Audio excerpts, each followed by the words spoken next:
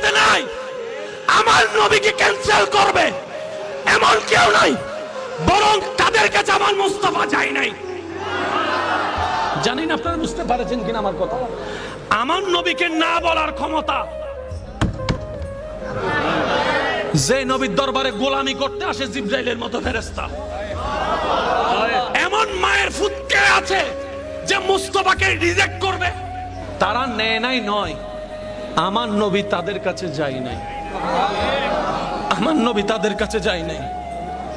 আমার নবীর নিয়ত, আমার নবীর চাওয়া, আল্লাহর মর্জি ছিল হালিমাকে সাদিয়া বানানো। আমি জানি না আপনাদেরকে আমি বোঝাতে পারছি কিনা। আসনেওয়ালা আসলো, শুননেওয়ালা শুনলো। বড় বংশ ঠিক আছে, কুরাইশ বংশ, কোনো সন্দেহ নাই। কিন্তু যখন শুনে বাবা নাই, অনেক মেয়ের আজকাল বিয়ে হয় না বাপ না থাকার কারণে, বাপ না থাকার কারণে বিয়ে হয় না। আপনার সমাজ আপনি দেখলে বুঝতে পারবেন। নিব না কেন?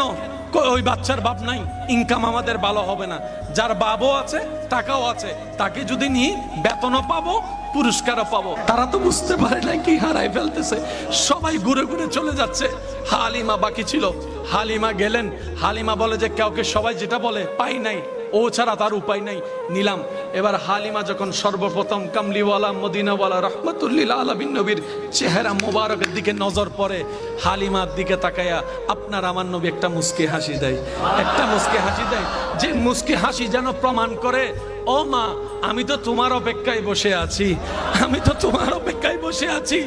মা হালিমা হয়তো বলে ওরা নেয় নাই তাই আমি নিচ্ছি। নবী বলে যে না রে হালিমা না, আমি তাদের কাছে যাই নাই, আমি তাদের কাছে যাই নাই।